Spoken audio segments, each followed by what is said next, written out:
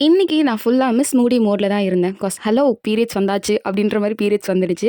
Morning எந்திச்சோனே எப்பயும் போல cinnamon tea குடிச்சேன். அதுக்கப்புறம் எனக்கு கொஞ்சம் வாஷிங் வேலைலாம் இருந்தா சொல்லிட்டு நான் வந்து வாஷிங் மிஷின்ல துணியெல்லாம் போட்டுட்டு இருந்தேன். நைட் ஆல்மண்ட்ஸ் வந்து சோக் பண்ணி வச்சிருந்தேன். அதனால அதுவே மார்னிங் வந்து பிரேக்ஃபாஸ்ட்டா எடுத்துக்கிட்டேன் நானு.